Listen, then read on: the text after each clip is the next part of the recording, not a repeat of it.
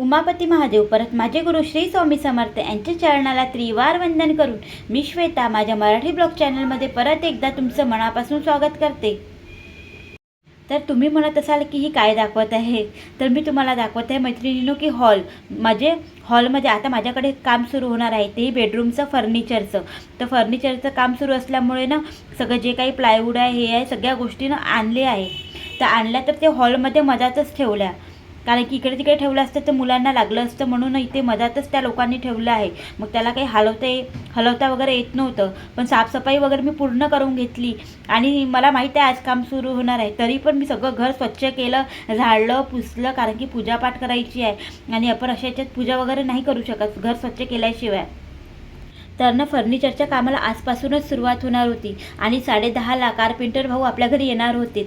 तर ते लोक याच्या अगोदर म्हटलं सगळ्यात अगोदर मी पहिलं आपलं घरचं कामही आवरून घेते आणि पूजाही पाठही करून घेते, कारण की स्वामींचा अभिषेक वगैरे पण मला आज करायचा आहे, त्यामुळे मग पूजेमध्ये पण आपला वेळ जातोच, म्हणून ना सगळं मला 10:30च्या आतच सगळं करायचं आहे।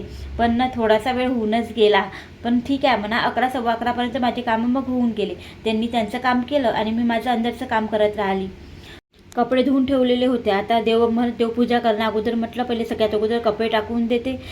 जेव्हा ना आपल्याकडे फर्निचरचं काम सुरू असते तेव्हा ना एवढा डस्ट उडतो तुम्हाला मी काय सांगू, मला स्वतः कळत नाही की मी कामाची सुरुवात कुठून करू आणि कुठे स्टॉप करू, एवढा घरामध्ये धूळ आणि डस्ट होत आहे।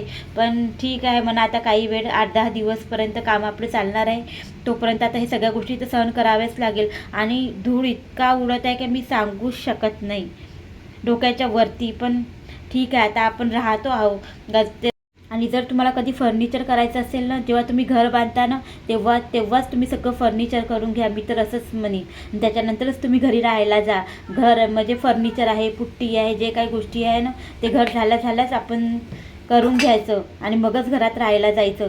तर त्यानंतर बघू शकता आता मला स्वामींचा अभिषेक करायचा आहे आणि कलशातलं पाणी पण मी बदलवून घेतलेलं आहे आणि सगळे देवाचे जे काही वस्तू आहेत त्या सगळ्या वस्तू स्वच्छ करून घेतल्या आणि त्याच्यानंतर मग देवपूजेला सुरुवात केलेली आहे। आज स्वामींचा अभिषेक मला करायचा आहे, तर चला मग आता मी पाण्यानेच अभिषेक करणार आहे।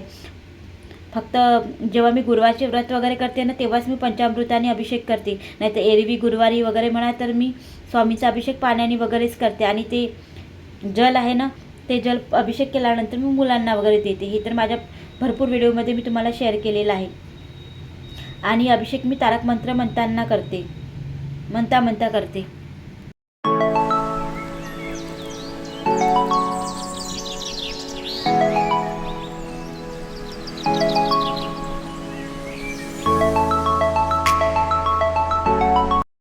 तर माझे मुलं या टायमिंगला स्कूलमध्ये गेलेले आहेत दोघंही, तर नक्ष 11ला येतो, हे पण मागच्या व्हिडिओमध्ये मी सांगितलं होतं। आता झाला आखरी दिवसच आहे म्हणा, आता 10 मेपर्यंत त्यांची स्कूल होती आणि त्याच्यानंतर त्यांना मग सुट्ट्या लागणार आहे कमीत कमी 1 महिना 1.25 महिन्यासाठी।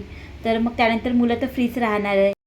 पण ना आज ना पूजा वगैरे केली, आता झाली पूजा म्हणा। पूजा झाल्यानंतर ना माझ्याकडे फुलं वगैरे आज नव्हते, पण स्वामींचे फुलं मला मिळालेले होते, तर स्वामींचे फुलं मी मग नंतर वाहले, हे मी तुम्हाला नंतरच्या व्हिडिओमध्ये सांगेल।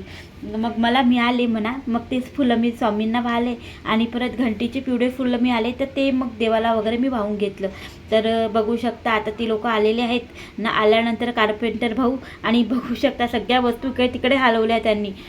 तर जे काही बेडची शीट वगैरे आणली होती त्यांनी, प्लाय वगैरे, तर काही दिवाणवर ठेवले, तर माझ्या अंदर जे 2 बेड होते त्या बेडचे सर्व गाद्या वगैरे सगळ्या बाहेर आणल्या, चेअरवर ठेवल्या आणि एका मिनिटात पूर्ण हॉलचं होतच नव्हतं होऊन गेलं। तर बघू शकता एका दिवसात त्यांनी एवढं तयार केलेलं आहे। आणि माझा नक्ष बघा, स्कूलमधून आल्यानंतर ना त्याला वाटत होतं की हे काय सुरू आहे ना, काही नाही, त्याला इतकी मजा येत होती, पण मी पण त्याला म्हटलं खेळू दे, आता तुम्ही त्याची मजा बघालच समोर जाऊन। तर मग तो मस्त बसून आपलं मस्त हे सगळ्या गोष्टी एन्जॉय करत होता ना, आनंदात मस्त खेळत होता. कारण की हे सगळ्या गोष्टी त्याच्यासाठी नवीन होत्या आणि हे काय सुरू आहे त्यालाच कळत नव्हतं. तर आता बघा इथे मी स्वामींना मस्त चाफ्याचे फुलं असे वाहलेले आहेत आणि वाहल्यानंतर चला म्हटलं थोडंसं शूट करूया. स्वामींची चाफ्याचे फुलं त्यांना फेवरेट आहे, तुम्हाला तर माहीतच आहे. इकडे पिवळे चाफ्याचे फुलं नाही मिळत, पण हे व्हाईट कलरचे मिळते. तर आता हे नेक्स्ट तुम्हाला सांगत आहे.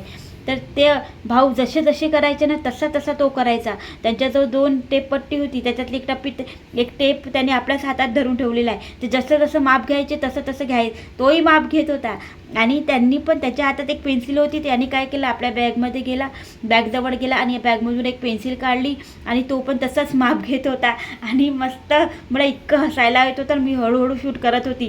तर त्यांनी बघा पेन्सिल आपल्या कानाला लावली आहे, तर यांनीसुद्धा आपल्या कानाला लावली. म्हणजे मुलं ना जसं मोठे करतात ना तसंच त्यांचं अनुकरण तो करण्याचा प्रयत्न करतो. म्हणजे मुलं एवढे आणि निर्मळ मनाचे आणि इतके साधे राहतात. फक्त आपल्याला त्यांच्यासमोर चांगलं वागावं लागते, कारण की आपलंच अनुकरण मुलं करतात. जसं पाहतात तसंच करण्याचा प्रयत्न करतात. तर आता नव्या पण आली, तिने काय केलं फिंगर वगैरे ना ओव्हनमध्येच भाजून घेतले.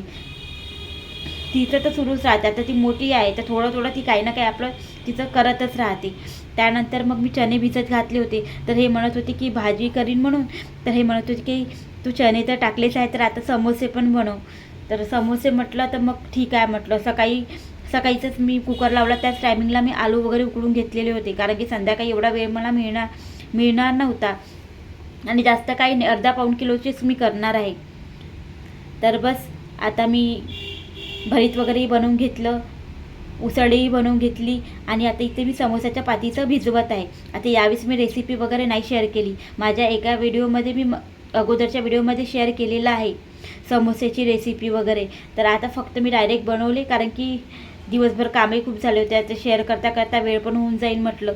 फक्त आता मी कशी भरत आहे हेच तुम्हाला मी दाखवत आहे. आता पाती आपल्याला अशी अंडाकार आकारामध्ये लाटायची आहे. लाटल्यानंतर मग त्याच्या मधातून त्याला कापायची आणि कापल्यानंतर मग जे काठं असतात त्या काठाला पाणी लावून असं फोल्ड करायचं त्रिकोणीकार आणि बस त्याच्यात भरल्यानंतर अशी सारण भरायचं जे भरीत वगैरे आहे ते, आणि भरल्यानंतर बस असं पॅक करायचं याला आणि पाणी लावायचं. नाही तर ना तेलात गेल्यानंतर ना समोसा हा फैलण्याची शक्यता जास्त राहते. त्याच्यातलं जे काही भरीत आहे ते बाहेर निघण्याची शक्यता राहते. म्हणून पाणी वगैरे लावूनच आपण हे पूर्ण पॅक बंद करायचं. तर आता बघा एवढे समोसे तर मी करून घेतले. आणि मेन म्हणजे हे समोसे तळताना आपल्याला कमीत कमी 15-20 मिनटं लागतात. कमी गॅसवरच तळायचे आहे, नाहीतर मग कच्चे राहतात. आणि टाकताना पण तेल जास्त गरम व्हायला नको, एकदम कोमट तेल राहते ना तेव्हाच आपल्याला हे समोसे सोडायचे असतात. अशी याची पद्धत असते. तर बघू शकता आता एवढे तर तळून घेतले आणि मला द्यायचे पण आहे माझ्या नंदेकडे वगैरे. माझी जाऊ मागे राहते, त्यांनाही आता केले तर आपण देतोच म्हणा किती नाही म्हटलं तरी. आणि त्याच्यानंतर हे दुसऱ्या दिवशीचं तुम्ही बघू शकता. आता हा दुसरा दिवस आहे आणि आपला हा कब्बर जी काय आरमारी आहे ती आरमारी तयार झाली आहे. आणि बाजूला तुम्हाला जे दिसत आहे ना ती आरमारी, तिथे मला स्लायडिंग डोअर करायचं आहे. तर लवकर त्यांचं काम खूप फास्ट आहे आणि फिनिशिंग पण खूप छान आहे. त्यानंतर मग संध्याकाळी मी बाहेर गेली तर ना इथे सेल लागलेला होता. क्रॉकरी सेट होतं, खूप छान वस्तू होत्या. अंदर पण भरपूर खूप साऱ्या वस्तू होत्या. मग गेली वगैरे बघितलं, फिरली इकडे तिकडे पूर्ण. मला जे विकत घ्यायचं होतं ते विकत घेतलं. चला मग आता मी इथेच व्हिडिओचा एंड करते. बाय.